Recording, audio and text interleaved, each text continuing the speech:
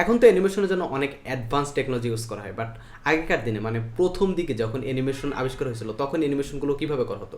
তখন কিন্তু একটা ফ্রেমের পর আর একটা ফ্রেম দিয়ে, একটা ফ্রেমের পর আরেকটা ফ্রেম মিলিয়ে তারপর অ্যানিমেশন করা হতো।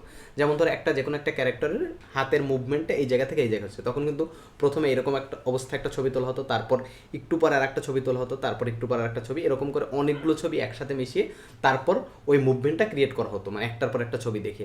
সো যদি এটা বলার পর বুঝতে না পেরে থাকো, তোমাদের জন্য ছোট্ট একটা অ্যানিমেশন টাইপ তৈরি করার ট্রাই করেছি আমরা। এখানে দেখো কতগুলো ছবি আছে। একটা দেখো এখানে হচ্ছে প্রথমে একটা তীর চিহ্ন আছে, তীর চিহ্নটা বাইরে থেকে ভিতরে ঢুকবে এরকম, তারপর হচ্ছে এরকম, তারপর এরকম। বুঝতে পারছি তীর চিহ্নটা এই জায়গা থেকে এই জায়গায় আসছে। আমাদের আঁকার হাত খুবই খারাপ, এজন্য এক্সট্রিমলি সরি।